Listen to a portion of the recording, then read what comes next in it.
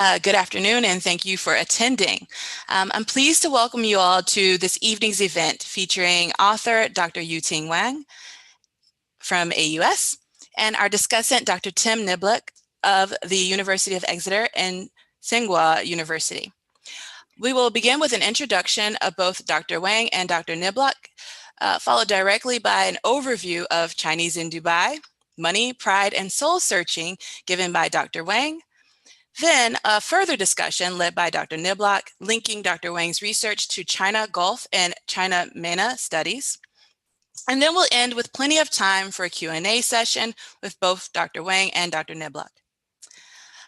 Dr. Yuting Wang is currently an associate professor in the Department of International Studies at AUS and a non-resident research fellow in the Center for Religion and Global East and the Global East at Purdue University. Dr. Wang's research includes publications spanning continents, from experiences of religious minorities in the US as exemplified by her 2014 book, Between Islam and the American Dream, an Immigrant Muslim Community in Post 9/11, and China and Transnational Networks, to social changes in the Gulf and Chinese expatriate communities and the UAE as seen in Chinese in Dubai. The latter includes analyses of Chinese spaces in Dubai, from domestic spheres to retail, as well as expressions of religiosity, various experiences of socioeconomic status, and how the growth of these expats' home country potentially influences their communities in Dubai. Her current research includes study of the transit of medical resources from China to the Gulf by way of Dubai, centering on connections to Taoism and Islam and the growing regional diffusion of Chinese medicine. Dr. Tim Niblock, our discussant, holds dual titles as both Emeritus Professor of Middle Eastern Politics at the University of Exeter in the UK and visiting professor in the Institute of International and Area Studies in Tsinghua University in Beijing. His research focuses include the political economy of Arab and Islamic states and the role of Islam in state building and state resisting. He has published numerous works and also held numerous positions as well, including relevant work on China and Asia as a whole in the Gulf. I am going to now turn over the discussion to Dr. Wang. I will stop sharing our slides and we shall commence. Thank you so much, Janice, for your very generous introduction. I really appreciate this. And also, thank you for organizing this event on Zoom. That allows many more people to join. Definitely a step up from our usual Blackboard Collaborate system. So let me just share my screen. I have just a few slides as a background. Okay, so thanks to all colleagues, friends, and AUS community members for joining us from different places, near and far. I'm truly humbled to have this opportunity to introduce my research and the resulting book this evening to such a wonderful and supportive audience. It is a tremendous honor to have Dr. Niblock here joining us from his home in UK as a discussant, because Dr. Niblock actually is among the earliest readers of my book manuscript back in 2017, 2018. His positive affirmation of the merits of my research on Chinese expats in the UAE, which I wasn't aware actually was from him at the time, encouraged me to keep working on this project, despite some setbacks in the process. The first draft of the manuscript was completed in June 2017 during my sabbatical leave. Since then, the book had gone through 3 major revisions and countless minor adjustments based on valuable feedback from many anonymous reviewers. The final version that was released by Braille 2 months ago in September is thus the product of a multi-year research and writing project. I am deeply indebted to many people who have helped me to complete this task in many different ways. Given the rapidly shifting social, economic, and political situation in the region and the world, I found myself have to constantly update statistics and revisit some of my earlier assessments.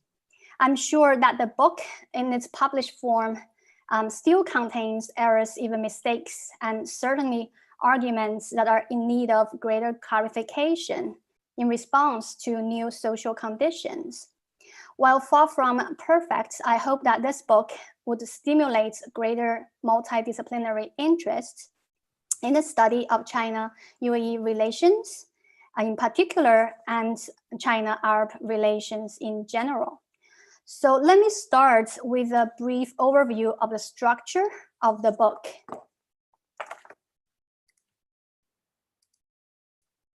This is the cover of the book. I have not received the book yet. I'm actually looking forward to receive my hard copy. Okay, so this book is comprised of 6 chapters with an introduction, a conclusion, and an epilogue, which was written just before I submitted the final draft. And that was also after the breakout of COVID-19, and which probably have changed the course of history in many ways. Now, the introductory chapter locates the study of Chinese expats in Dubai within the field of overseas Chinese studies. It begins with a discussion of the strengthening bilateral ties between China and the UAE. It then proposes a conceptual framework to analyze and explain the complex experiences of post-1980 Chinese migrants, especially the post-2000 cohort, who differ significantly from previous generations of Chinese migrants who mostly went to developed countries. Chapter 1 provides a detailed account of the ethnography sites, the city of Dubai, and the region at large. It sets off trying to help us understand the early history and the growth of the Chinese presence in the city of Dubai against the backdrop of China's great transformation from a poor rural country to a world factory. While Dubai emerges from a sleeping fishing village to a vibrant metropolis. Chapter 2 delineates the changing shape of Chinese community in Dubai from a spatial perspective. It looks at the expansion of Chinese businesses from Nasser Square in Dera to Dragon Mart and other newly developed areas in the city. It questions the validity of the Chinatown model in understanding the experiences of new Chinese migrants. Chapter 3 examines the struggle, resolve, and aspiration of overseas Chinese in Dubai through 5 stories of 5 individuals from different age cohorts and socioeconomic statuses. In this chapter, I elaborate on the mechanism of frontier mentality and explain how it helps overseas Chinese to cope with stereotypes and build a sense of pride. I argue that one must understand the strong sense of pride and the desire for social recognition in order to grasp the complex attitude of Chinese expats towards their sojourns in Dubai. Chapter 4 documents the religious and spiritual experiences among Chinese migrants in Dubai. Besides the phenomenon of religious conversion to Islam and Christianity, this chapter also considers new religion or pseudo-religious organizations that flourished in the Chinese community. I identify several contextual variables particularly relevant in this case, including Dubai's unique demographic characteristics, the style of governance, the relationship between state and religious organizations in Dubai, as well as a high level of mobility of Chinese migrants and the changing religious climate in mainland China. So chapter 5 focuses on the experiences of Chinese Muslims, mostly the Hui ethnic minority and Han converts. It examines how Chinese Muslims have gained greater visibility and relevance in Sino-UAE relations as a result of the strengthening ties between the 2 countries. As a middleman minority, Chinese Muslims function as a bridge between China and the Arab world, actively utilizing their religious and cultural capital. The Chinese Muslims play the role of trusted mediators between diverse Chinese interest groups and the Emirati elites, and become cultural ambassadors in a region of growing strategic importance to China, cultivating an image of good Muslims in the eyes of Chinese authorities. Chapter 6 begins with a discussion of the educational concerns of Chinese expats in Dubai. It documents the debates on the Chinese school project, and in fact, the Chinese school has just recently opened its door in September. It is the first overseas Chinese school sponsored by the government.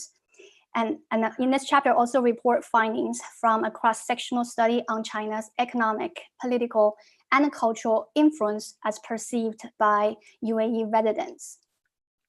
By engaging in a discussion of China's soft power in the region, this actually certainly went beyond my scope, my own expertise. I hope that this chapter could situate the study of overseas Chinese working and living in Dubai within a shifting geopolitical landscape, deepens the scope of the analysis, and calls for more multidisciplinary studies of China's growing influence in the region at a time of mounting instability.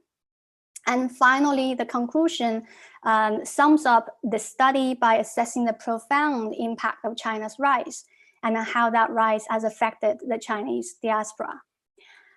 So that's about the structure of the book.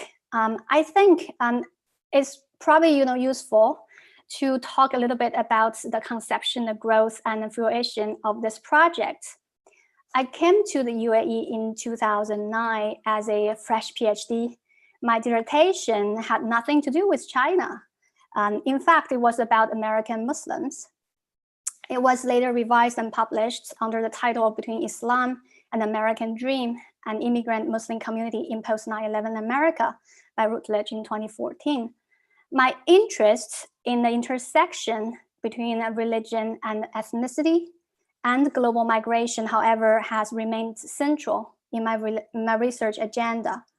Being close to Dubai, a rising global city in the Arabian Gulf region, has provided me with a wonderful opportunity to observe cross-regional flows. I took on a scholarly interest in the significant presence of Chinese Muslim community in Dubai, and which is actually one of few cities outside China that hosts such large a number of Muslims in a single place. And I proposed a study at that time to explore the Transnational Chinese Muslim Network in 2013. It was in the process of conducting this study to explore this Transnational Chinese Muslim Network that I began to imagine a larger and a more ambitious project. It was indeed an opportune moment to look into China's growing presence in the region. Chinese President Xi Jinping first proposed the Belt and Road Initiative during his visit to Kazakhstan in 2013. It was later more clearly articulated, identifying 6 expansive economic corridors across Asia, Europe, and Africa, and was eventually written into the party constitution in 2017. The top-down initiative from the Communist Party is both economic and political, maybe more political than economic. It was clear that during the last 6 years or so, China has made itself much more relevant in the Arabian Gulf. Following Xi's state visit to UAE in July 2018, China and the UAE elevated their bilateral relationship to a comprehensive strategic partnership, which transcends the differences in ideology, social system, and promotes all-dimensional, multi-layered cooperation between governments and non-government actors. It was under the framework of BRI, both Chinese state-owned enterprises and private companies of various sizes have grown significantly in the UAE. By 2018,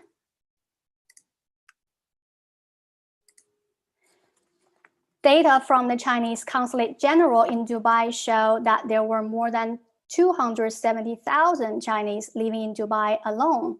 This number had taken many by surprise at the time.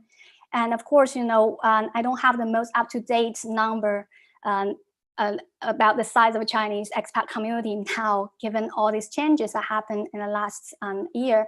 But certainly China has become much more relevant in the region, and Chinese have become very visible. Now, in terms of methodology, this book is mostly based on ethnographic fieldwork and structured interviews conducted between 2013 to 2016, and some follow-up interviews in the process of revisions. My goal was not to offer a chronicle of the Chinese community in Dubai, and it is also not an exhaustive study about all the subgroups of Chinese expats living in the city. I'm a sociologist of religion, so it was actually natural for me to organize my writing on 3 themes: money, pride, and spirituality, to make sense of the losses, sufferings, and struggles Chinese expats often experience in the transitory space of Dubai. In this book, I borrowed the term frontier mentality to examine the complex and sometimes contradictory emotions of Chinese expats towards their sojourn in a region blessed with enormous oil wealth, but also troubled by instability. And I wanted to highlight this concept I use in my book, frontier mentality. Historically, it is associated with the European expansion to Western region in America in the 19th century. It refers to a colonial mindset that perceives settlers as more developed and superior than indigenous people. And certainly my usage is very, very different than this original definition of frontier mentality. In Dubai, foreigners are certainly not settlers. They're only the numerical majority. They're expats in many ways. And the nationals, in contrast, are the well-protected, privileged minority. In addition, Chinese expats occupy a wide range of social positions in Dubai, from wealthy entrepreneurs, globally paid CEOs, professionals, to construction workers and illicit prostitutes.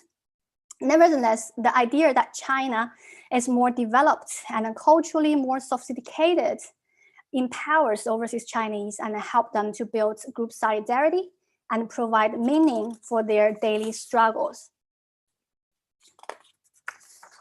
For many of my interlocutors, Dubai is a frontier city, despite its state-of-the-art facilities. It is actually interesting to look into this type of mentality and how they explain some of these experiences they had in Dubai. The excessive materialism, for example, on display in Dubai, the lack of locally grown intellectuals and the research capacity, and the lack of strong educational institution reinforce an image of a frontier city. This perception provides reasonable explanations of racial ethnic stereotyping of Chinese. For my interlocutors, racism is described as not too bad, not surprising, or as expected, where people are less educated and of low quality. And this term quality, or in Chinese, and 素质, is quite central in the Chinese educational system and the public discourses. It has become ingrained in the Chinese psyche. A person of high quality is a person who not only exhibits strong work ethics and a high level of individual morality, but is also highly competent at work and leads a cultured life. All of which can only be cultivated through solid education and the devotion of several generations. Risk-taking, hard work, instead of actual educational credentials, are considered essential qualities one must possess in order to succeed in the frontier. While educational credentials is essential in the job market today, it is only in a frontier city that the stories of rags to riches continue to unfold in real life. Now, Dubai may be a frontier city. It is also a spiritual oasis. This is basically a topic of chapter 4 and parts of chapter 5. Many of my interlocutors have found their faith in the city, whether it is Islam, Christianity, or other religions. Many of them raised their families in the city.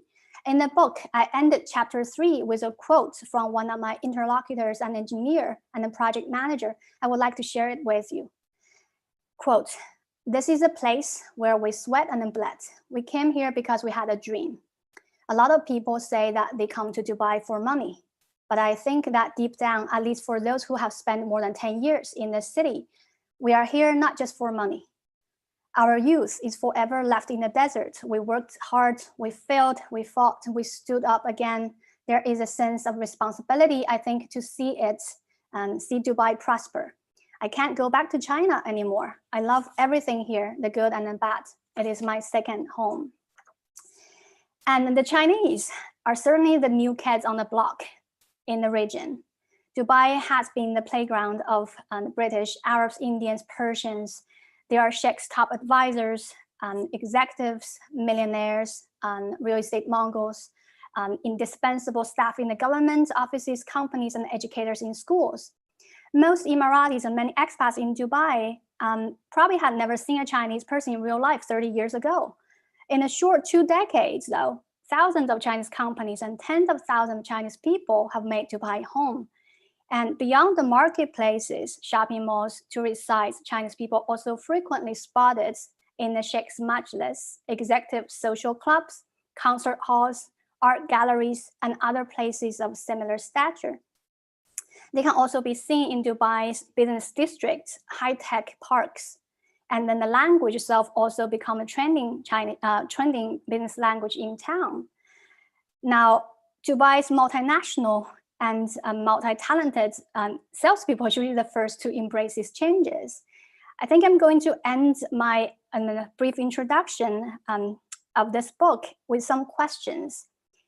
And I'm sure many of my readers are going to ask, who are the Chinese in Dubai? Why do they come to Dubai? And what can they offer to the future of Dubai? And I certainly hope that you will find some answers to these questions from my book. And thank you very much. I will end my part and I'll hand this over to Dr. Niplok. So I'll go straight into this then. I should begin actually by apologizing that I was a few minutes late in joining up. And what I'd like to say initially is that I think this is a remarkable book which Yuting has written. And I need, I think, to pay tribute to that. It seems to me that studies of migrant communities in the Gulf are often very narrow. They concentrate often on one particular dimension, often the labor market. But with this book, we have a work which is really rounded in its character. And I think it's quite indicative of this is the subtitle, Money, Pride, and Soul Searching, where you have coming together the economic dimension, the achievement, and also the problems and issues. And that, I think, is exactly what is needed now. A multifaceted investigation into the Chinese presence in Dubai. And it looks at all those dimensions which Yuting has just gone through, how the presence of Chinese in Dubai affects their own thinking, their own perceptions, how it affects their spiritual beliefs and proclivities, how it affects their living conditions. So all of those things, I've now lost the picture on this. I'm not quite sure why that should. Let me just.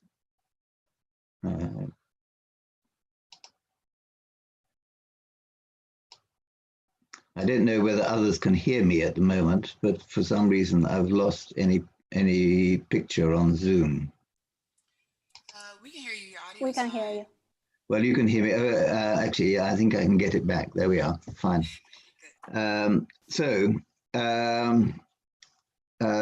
This is what the book achieves, I think, that kind of range. But it's also an important book with regard to Dubai itself, I think. It tells one a lot about the kind of role which migrant communities have in Dubai, and the way in which Dubai society is shaped by them in so many different ways. So the book is a significant work on Dubai, as well as being significant work related to China's world outreach and on the dynamics of migrant communities in the UAE, in the Gulf, and indeed generally. So all of those things are very important and a great credit to Yuting for having produced the book. Yuting is, of course, a sociologist, and I'm a political scientist with particular interests in political economy and in international relations. So I would like to put this book into my own context, if you like, my own context as a political scientist, because I think it is important. The contribution of the book is important to not only sociologists, but also political scientists, IR scholars and such like. It's fairly clear that powers with major interests in other parts of the world can benefit very much from having a human presence in the other regions which are important to them. They make it easy for the populations of the other region to relate to, in this case, Chinese people. They facilitate a lot of the kind of practical contacts taking place between the two countries. There can, of course, sometimes be negative aspects of this. And I think Yuting has drawn out very well what some of the problems over stereotyping, for example, are, and the way in which local people are perceived. That is all true. But overall, I think the image which comes across in the book is one which is realistic, namely a positive image of how that community has developed and the kind of contribution which it can make and is making to the relationship between the UAE and China. So, where then is the relationship between China and the UAE going? I think the relationship between China and the Gulf states as a whole is an important one. It fits in very well, I think, with China's global strategy. It's an integral part, indeed, of that global strategy. It is a relationship, an engagement, which I think will grow steadily. It has grown very much over the years. And I think increasingly it'll go in the direction of greater social interaction, even more social interaction, if you like, and also political contact and cooperation. And I would hope that that kind of political coordination and cooperation can at least go into, can involve the UAE and other Gulf states linking up with what I would call the Chinese alternative global system. No, not alternative, alternate. I'm not suggesting that China is not supportive of the existing global system. I think it is. But it does have a separate kind of framework, which is important. The Belt and Road Initiative is, of course, part of it, but also the BRICS organization, the Shanghai Cooperation Organization, and all of the banks, development bodies, coordinating committees and such like, which goes together with those organizations. I think the Arab states of the Gulf have not engaged as much as they could and should have in those organizations. Hopefully that will be a dimension in which things go in the future. I've laid some stress on what I see as China's global strategy, because I think that is a fairly clear strategy. It's laid out in government documents. Speeches by President Xi and others always come back to it. And the themes within it, I think, reflects very closely the reality of what China is seeking to do in the world. There is at the moment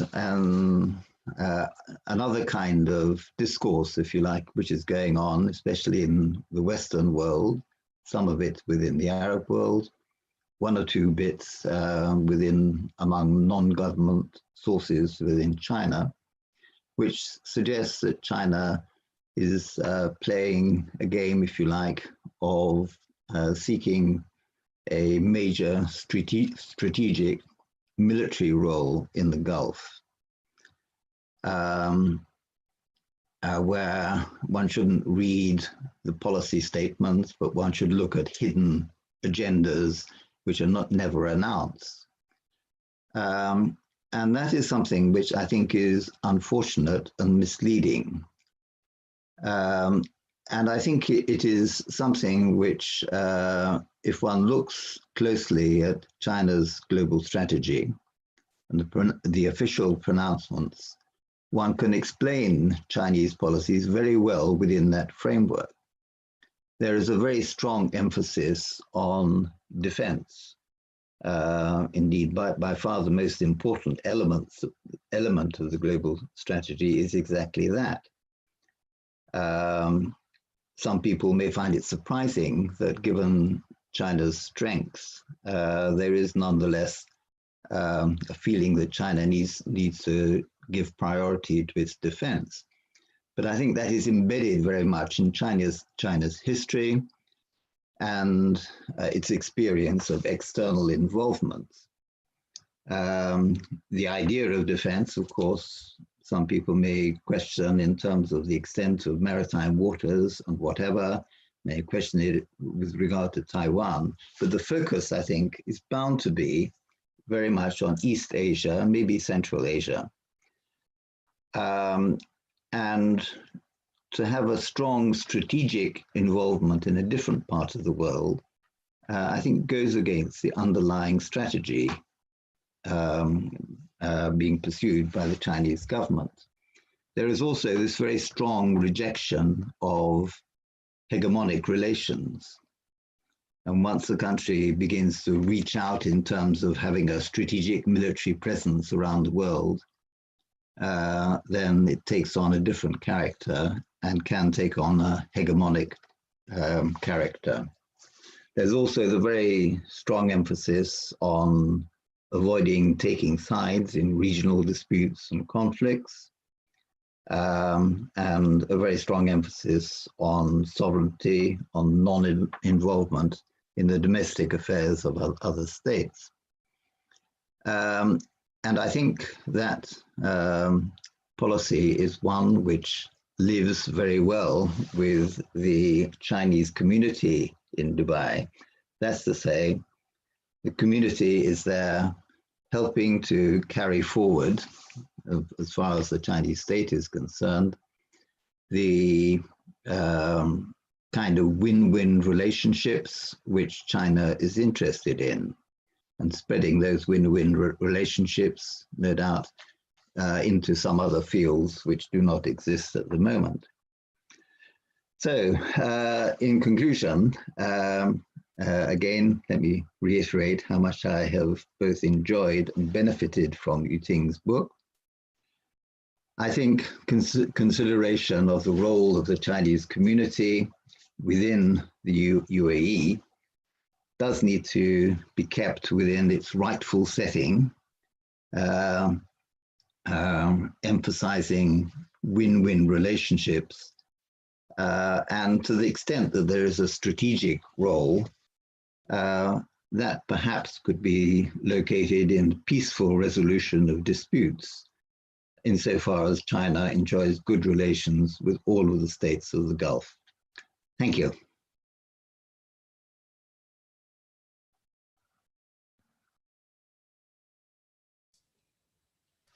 Thank you so much. All right, so now we're going to transition into our Q&A. I will suggest that you all use the raise hand function if possible. To avail that function, you'll go to more or participants, and then you'll be able to see that option where you can raise hand or get our attention in some other way. You can turn on your camera and wave or anything like that. I know some folks aren't as familiar with Zoom. So yeah, so one moment. Oh, thanks, Chris. Yeah, my mic was up. Sorry about that. So again, if you could use the raise hand function, or you can also use the chat to get our attention. I'll monitor for questions, and I'll be sure to call on you. Any starters? And also Christine Furno, our librarian, is here, or our INS librarian. We have several librarians at AUS, not just one. And she is also mentioning that if you are AUS faculty or staff, that you can access the book using this link on the AUS library. But of course, you have to be from AUS. Otherwise, you're going to need to go buy it or get your library to buy it. All right. So Penny, yes, please. Hello, can you hear me? Yes. Yes, we can. Yeah. I want to congratulate Yuting for publishing this new book. And then thank you for this wonderful introduction of the book. I actually can't wait to read the book. As you mentioned in your book title, Money, Pride, and Soul Searching, I'm really interested in the part of pride. Like, what kind of pride have you mentioned or impressed you the most about the Chinese feeling of living in Dubai? Because I know that you lived in US for a long time, and comparing as a Chinese living in US and in Dubai, what kind of differences in their pride of living in different communities and countries regarding the relationship of the China's relationship with UAE and, for example, with US. So my point is that the country's relationship will mostly affect the people's feeling of pride in their life when living in the community. So what kind of pride you mentioned or that impressed you most in the process of writing this book? I hope I delivered my message. No, Penny, thank you so much for this wonderful question. I think that was also a question that I kept asking myself in my writing, my research process. I think it's complicated. I don't think there's one answer to this question. So I'm gonna put this actually into a broader perspective. I think, if you think about Chinese migration outside China, especially look at the post-1980 migrant experiences, and then we see significant change that happens because of the economic development in China itself. And so in the study of overseas Chinese, we often differentiate two cohorts of migrants, pre-1980 and post-1980. And in the UAE, I particularly paid attention to post-2000 migrants.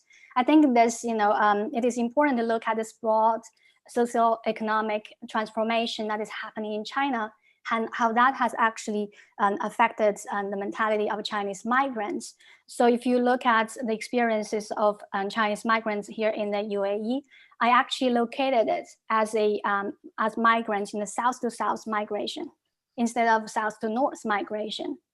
And even though the pay is high, there's a great economic opportunities here in this region. But like I mentioned in my introduction to the book, there's also a strong sense of, superiority among the Chinese migrants who chose to move to these more unconventional destinations. And so, there's certainly, if you talk about the pride, it's more about the pride that is driven by this growing economic power of China itself. And so I think that kind of mentality is there, but it's also complicated. as I mentioned, UAE is definitely a beautiful country.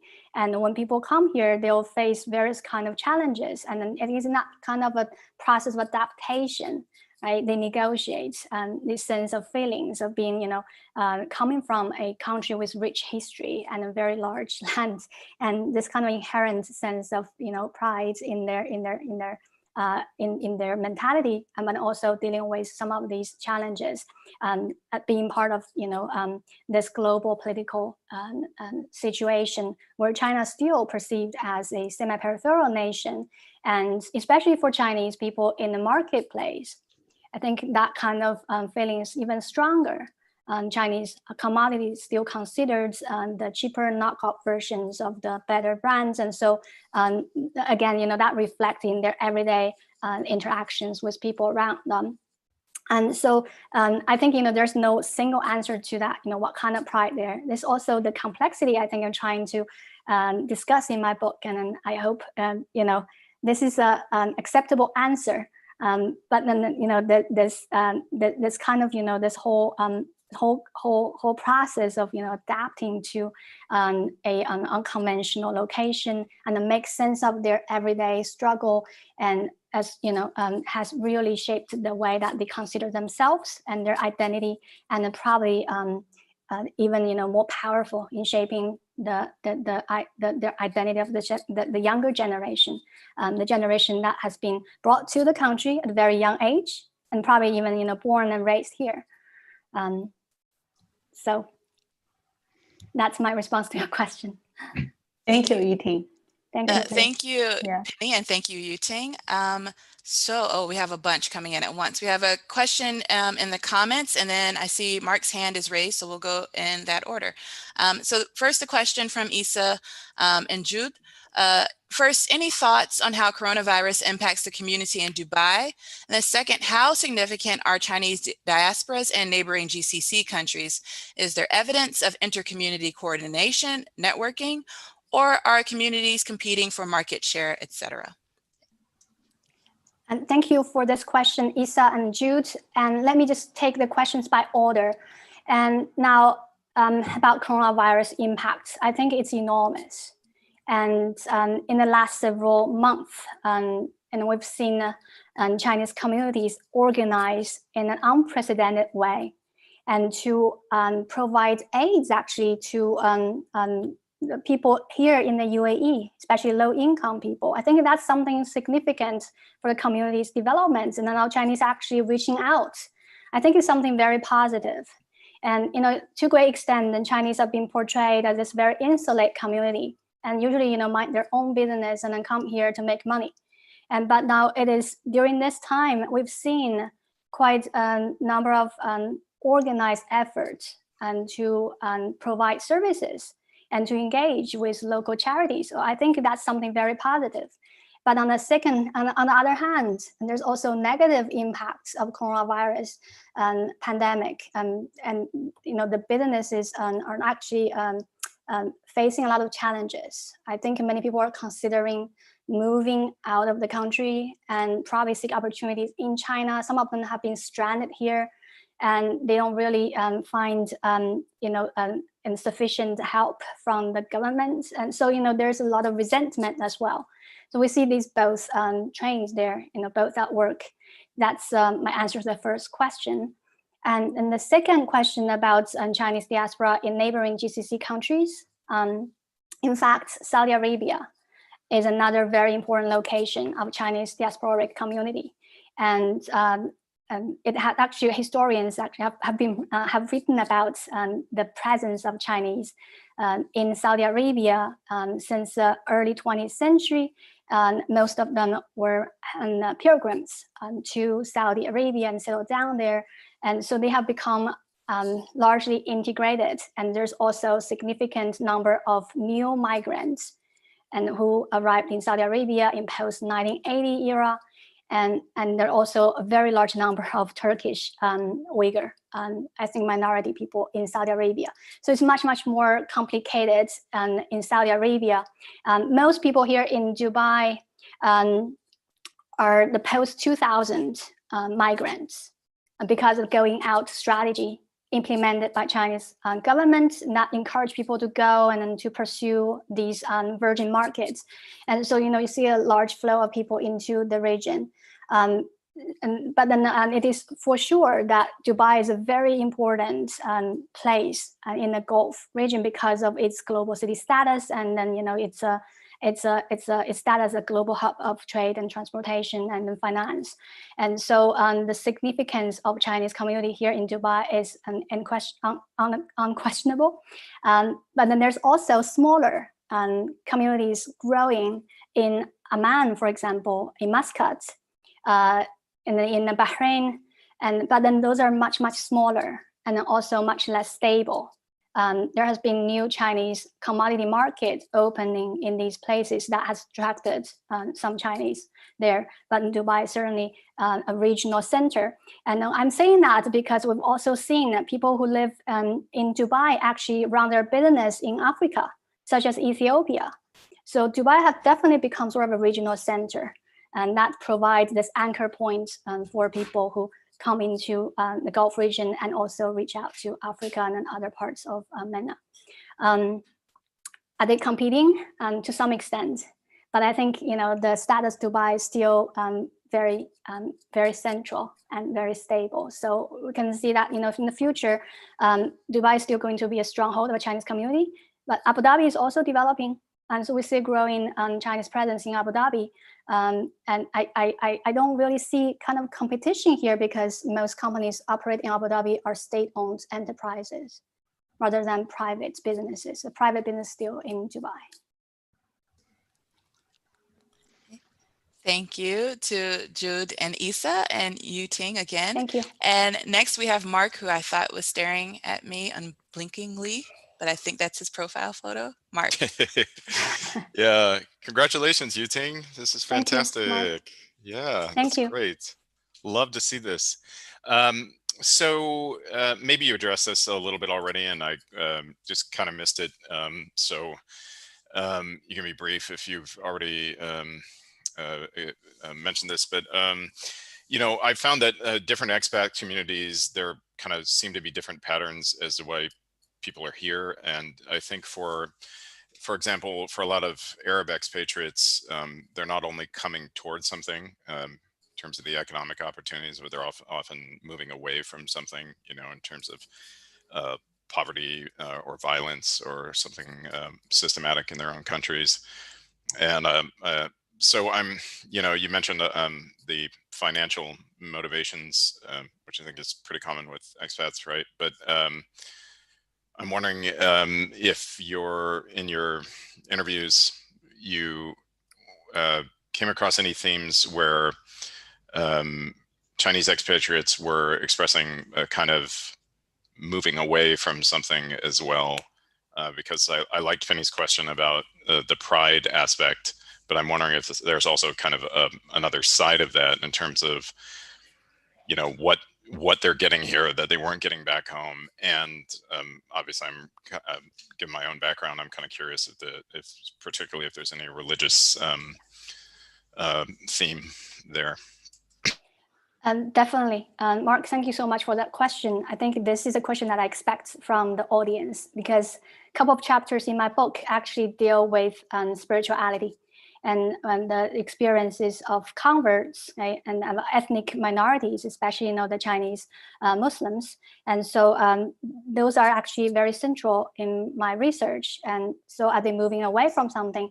And definitely, you have people who come here for different reasons. And this is especially pronounced among the ethnic minority Hui and Uyghurs as well. But unfortunately, I didn't really do research on the Uyghur community for various reasons. Okay, so I can only speak about based on my knowledge about the Hui community, and then the broader sort of Chinese Muslim community, the multi ethnic community, not just the Hui, but also you have Han converts and people from other sort of ethnic backgrounds.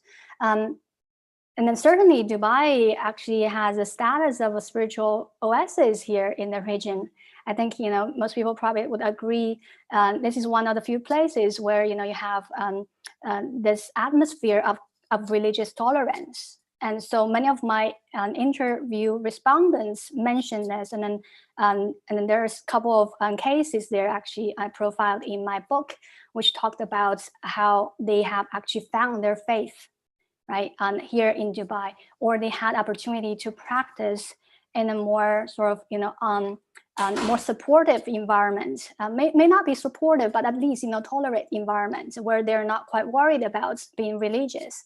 And some of them actually say that clearly that they feel they are accepted more here than in China. And especially for Christians, they're people of the book. So that make, Chinese Christians feel much more comfortable living in Dubai than in China. So I think that is one of the reasons why many of them continue to stay here and actually make Dubai their home, and without making consistent or systematic plans of returning in the near future. They might actually think about using Dubai as a stepping stone to another place, but moving back may be a problem for them. So those are some of those dynamics that I observed during my interviews. I hope that answered your question, Mark. Yeah, thanks a lot. I really want to read those chapters. It's very close to a project that I'm working on with a different community. But thanks. Thank you, Mark. Janice, could I make a comment? Of course. I think it's worth noting that Yuting's book is volume 15 in a series relating to Chinese communities overseas. And indeed, some of the issues which Mark mentioned come up in some of the other books within that series. It's actually an extremely good series, all coming under Brill, of course. And I would recommend people who are interested in this kind of topic to look, after having read Yuting's book, then maybe to look at some of these other works in the series. Yes, I've added the link here in the chat as well. If you go to the link for her text, if you're at AUS and you're on the VPN, it'll show you information about the download and everything for the book. But otherwise, it'll also show you the rest of the series, or lead you to the rest of the series as well. And so you can follow through, and after you read Yuting's book, you can go catch up on the other 14 as well. All right. Any other questions? Oh, Mark, yes. Or is your hand still up from before and I didn't lower it? Oh, sorry. Yeah, no, I think that's from before, yeah. Sorry, my apologies. Any other questions? I'm trying to scan to make sure I haven't missed anything. Anyone's hands up? Or anything? Well, I actually had a question myself. We still have 3 minutes left, so you guys can't get mad at me for keeping us for another question. So looking at your current research and looking at medicine and the intersection of the Gulf in China, and looking at medicine and Chinese medicine also as well. What do you think that the future is for that area, for the expatriate population of Chinese people in the UAE or in Dubai specifically? Thank you, Janice, for that question. Actually, I'm also glad to talk a little bit about my future research, okay, what I'm going to do after this project and where I'm gonna go based on this research. I think I'm going to continue explore different dimensions of China-UAE relations. So this book itself is, it's very general actually, and it has some chapters that focus on specific topics, especially religion, spirituality. But so right now I'm engaged actually in a project called the Flow of Religion Along the Belt and Road Initiative, Belt and Roadmap. This is actually a project led by Professor David Palmer at University of Hong Kong. So we're looking at the flow of religion along Belt and Road and into different regions. And so my focus is on the hub of Dubai, and to look into various kind of resources is flowing through the hub and into other parts of the region. One thing that I found quite interesting this growing popularity of Chinese medicine, and also the intersection between religion and Chinese medicine. And so there's people have become much more concerned with their overall health today, and especially Dubai is a booming market here. So my interest is to look at how how the practitioners communicates with local clients and patients, right? About this very abstract sort of Chinese philosophy, and how they convince people to accept these very very unfamiliar ideas, and how they communicate cross-culturally, cross-religiously about these health issues, and then whether that actually can contribute to sort of a growth of soft power of China. When we talk about soft power, we often think about popular culture, think about the movie industries, entertainment, and then South Korea definitely done a lot of that. But China has very limited soft power in popular culture industry. But maybe, I was looking at, this medical resources, medical collaborations, and that actually appeared to be something quite interesting to look into. I've started actually doing research and collecting data, and in Dubai, and we've actually had we already conducted about a dozen interviews with the Chinese medicine practitioners, just to look at the stories and how they communicate, and how they sort of make sense of these very very difficult Chinese concepts, and then make them understandable to their clients, and who have strong faith in religion, especially Islam. So yeah, that's what I'm doing. Chinese Islamic medicine, something like that. But I'm still at the very beginning of this, so yeah. The very beginning, Looking with 12 forward. interviews done, though. Yeah. Wow, that's amazing. That's amazing. Congratulations, Yuting. Thank you so much, Janice. Any other questions from our audience? I know we're at the end of time, but Manaz, I think, is your hand up? Your mic is on. Hold on. Or it's off, sorry. Oh, and I can't stop. I simply want to commend Yuting for all the wonderful work that she's doing. And he is looking forward to much, much more. Thank you, Minaz. Thanks. Yeah. All right. Well, thank you for that. And also thank you all for joining us. Thank you, Yuting, and congratulations. And thank you so much, Dr. Niblack, for being our special guest discussant. We know that you are not in the same time zone right now, right? So thank you for joining us at this very odd time of day. And hopefully you will all pick up a copy of Chinese. Everyone's connecting with me. Hi, Minaz. Hi, Minaz. Oh, all right. So thank you, everyone, and have a great night. Thank you, everyone, for joining us today. Thank you for your comments and questions. Appreciate it. Congratulations. Thank you, Mark. Thank you. Congratulations, Yuting. Thank you. Bye-bye. Have a nice evening. Bye. Bye.